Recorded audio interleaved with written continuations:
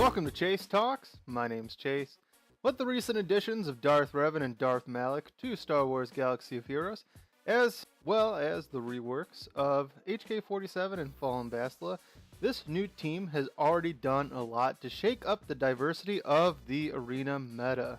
Despite this, shortly after the release of Darth Malak, we were already given the news that he was going to be receiving a rework / buff in order to improve his matchup against certain teams. This has led some to speculate that this is in response to Emperor Palpatine and Vader's dominance over both him and Darth Revan in the arena, despite Darth Malak's kit already containing elements of anti-Vader. Though since as of recording this video we have yet to see the changes to his kit, it is possible that these could be a preemptive response to the upcoming reworks of Ahsoka Tano, Anakin Skywalker, and General Kenobi, rather than an attempt to make Darth Revan the end-all be-all of Sith leaders. I did just want to make a quick edit right here, because while editing this video, they did actually release what his new unique is going to say, and it is actually meant to directly counter Emperor Palpatine. It says Sith enemies can't gain bonus turn meter, so that makes the content of this discussion even more relevant. But today, that is not our point of discussion. Rather, I'm going to be taking a dive into the lore and seeing whether Darth Revan and Malak are actually a more powerful duo than Emperor Palpatine and Darth Vader from a lore standpoint. Before we begin, I do just want to say that this is all my opinion, which I will be supporting with evidence from the lore. And since both Revan and Malak are exclusive to Legends, I will be using both evidence from Legends and canon to support my overall opinion. Also, this video will not be a traditional versus video like others I have done on the channel. Instead, you can consider this a thought experiment. So with all that out of the way, could the duo of Darth Revan and Malak actually defeat Emperor Palpatine and Darth Vader? First, I'll start by comparing Darth Malak to Darth Vader, and they are very similar characters. This is because Malak is a Vader archetype character. What I mean by that is that he actually was made using Darth Vader as his template, making them at the core very similar characters. One of their largest differences though is that Malak does not suffer the same limitations brought on by Vader's mechanical limbs and extensive cybernetics. These limbs severely hamper Vader's range of motion and overall agility. This forced him to fully reinvent his fighting style by combining elements of all 7 forms of lightsaber combat. This new fighting style was based around protecting his largest weak point, the respirator housed on his chest. His cybernetics were also weak to force lightning, as they would seize up and shut down if exposed to enough, despite Vader's integration of electric resistant material. Though when all is said and done, the benefits of his cybernetic heavily outweigh the bad. The increased strength brought out by Vader's cybernetic limbs allow him to lift a full-grown human male off the ground with just one arm, and when empowered with the Force, they even allowed him to punch through metal. The combination of constant injections and painkillers and his respirator also allowed for a nearly unlimited amount of stamina. On the other hand, Malak's cybernetic lower jaw offered him no actual combative benefits, but also gave him no real weak point to exploit either. So with Malak's ability to use Force Lightning, you may be thinking to yourself that Malak is in the position to exploit both of Vader's weaknesses, but you would be wrong. To defend against Malak's Force Lightning, Vader can easily absorb the lightning with his blade, as we have seen him do on occasion.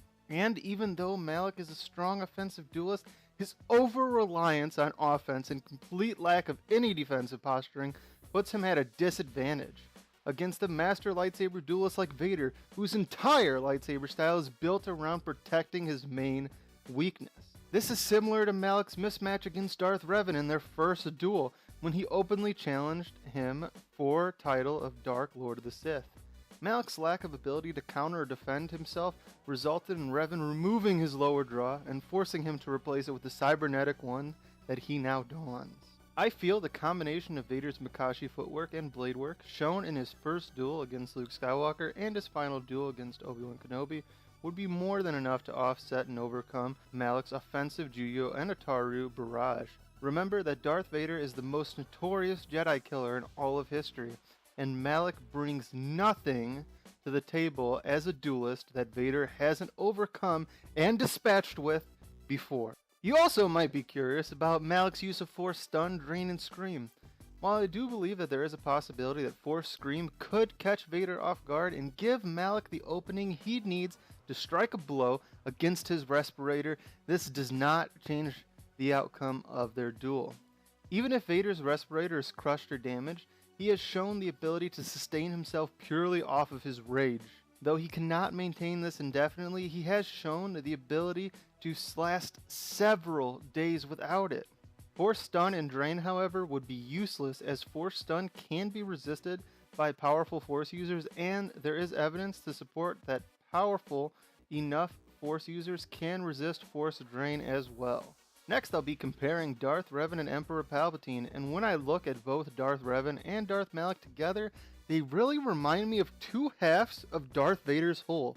While Darth Malak is an offensive juggernaut, Darth Revan is the strategic and naturally gifted combatant. Darth Revan also has a unique history as well, having fought in both the Mandalorian Wars and the Jedi Civil War, as well as against the Sith Emperor Vitiate, which makes him an interesting combatant against Emperor Palpatine. Unfortunately, the praise for Darth Revan ends there, as I believe his match against Emperor Palpatine would go very similarly to his match against Emperor Vitiate. Despite Revan's ability to create a powerful enough force repulse to throw Emperor Vitiate back and resist his mind domination for 300 years, none of this was enough for him to actually come out victorious against Emperor Vitiate. Palpatine, on the other hand, is arguably a Sith sorcerer on the level of Vitiate himself. While Darth Traya quoted Revan as being power, like staring into the heart of the Force, Palpatine is quoted as being a black hole in the Force.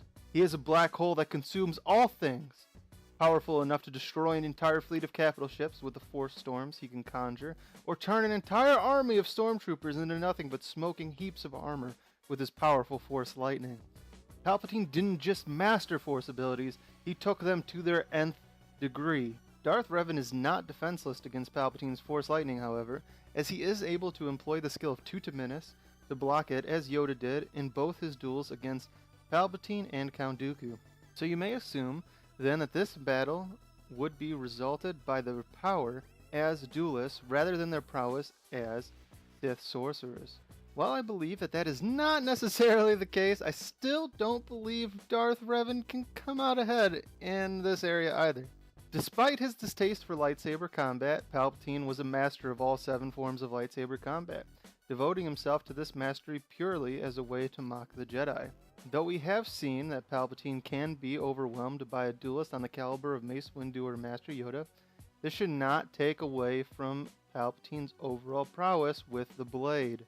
Even if Revan had the foresight to bring 3 lightsabers and use the ability taught to him by Traya, where he can wield 3 lightsaber blades at once through the Force, having each of the blades act as a master of a different form of lightsaber combat, Palpatine has been shown overwhelming multiple master duelists on several occasions.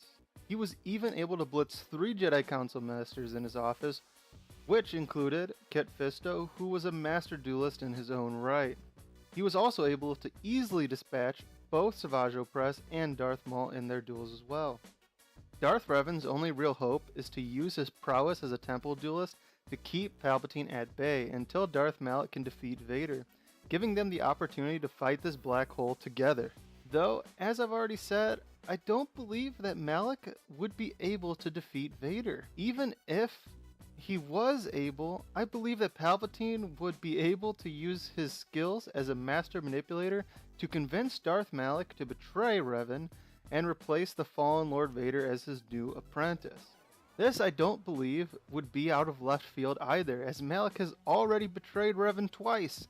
First, as I previously stated, attempting to face him in open combat and failing, and the second when he ordered his capital ship to destroy Revan's while Revan was occupied with a Jedi strike. Though even without this betrayal, I believe their duel would play out very similarly to Palpatine's duel against SWGOH Press and Darth Maul, where Malick would be quickly killed like SWGOH Press, while Revan, on the other hand, would last longer like Darth Maul, but be ultimately defeated. With this being said, there is no doubt in my mind that the duo of Emperor Palpatine and Darth Vader would be able to win against Darth Revan and Darth Malak. Again though, this is all just my opinion using evidence found within the lore. I also do understand that Star Wars Galaxy of Heroes is a game, and the game doesn't need to be balanced perfectly to the lore. And if it was, it would probably get boring pretty fast. Though, from a lore standpoint, I don't believe either Darth Revan or Malick's kits should counter Vader or Palpatine in any way. And the state of the game, as of recording this video, does reflect their overall strength as Sith Lords. Actually, it would make more sense to instead do a slight rework to Emperor Palpatine and Vader, similar to Fallen Bastila, adding fear to both of their kits. What do you think? Let me know in the comment section down below. Also remember to rate the video and subscribe so you never miss another episode of Chase Talks. Until next time, this is Chase, signing off!